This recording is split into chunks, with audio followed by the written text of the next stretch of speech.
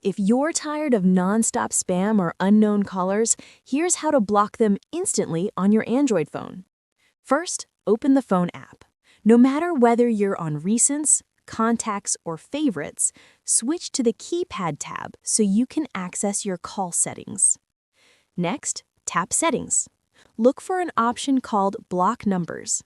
Here, you can manually add any number you want to block. But the real power comes from the automatic features. Turn on Block Calls from Unknown Numbers if you never want calls from numbers not saved in your contacts. Then, turn on Caller ID and Spam Protection. Inside this menu, choose Block Spam and Scam Calls.